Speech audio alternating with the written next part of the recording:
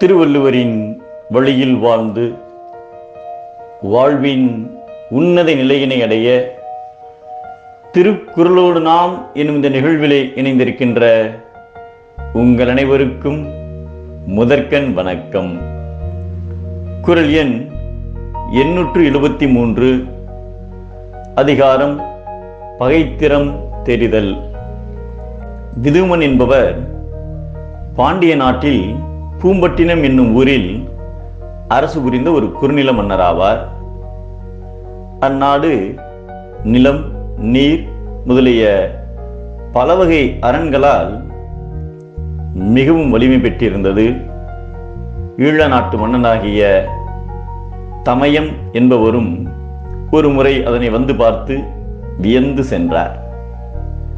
பகைவர் எவரும் அஞ்சுதற்கு உரிய அரிய அமைப்புகளோடு நின்ற அந்நகரத்தை விதுமன் ஆட்சி செய்து வந்தார்.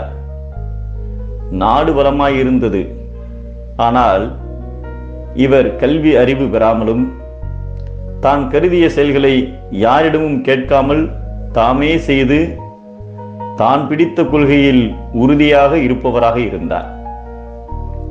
அக்காலத்தில் மதுரையில் இருந்து அரசு புரிந்து வந்த உக்கிர பெருவழுதி என்னும் பாண்டிய மன்னனுக்கு செலுத்த வேண்டிய திரையினை முறைப்படி செலுத்தாமல் அவரை இகழ்ந்து பேசி வந்தார்.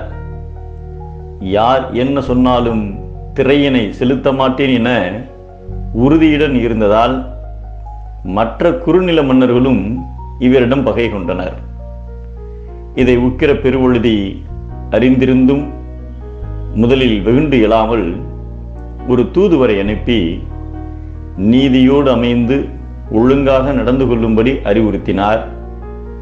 விதுமனோ அவ்வறிவுரைகளை மதிக்காமல் கப்பம் கட்டுவதில்லை என்ற கொள்கையில் உறுதியாக இருந்தார்.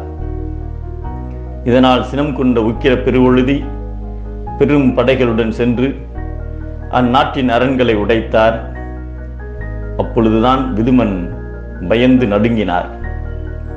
அருகில் இருந்த குறுநில மன்னர்களை தனக்கு படைகளை அனுப்பி உதவும்படி வேண்டினார்.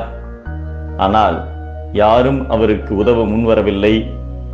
கடைசியில் பாண்டிய மன்னரிடம் தோற்று தனது நாட்டை இழந்தார்.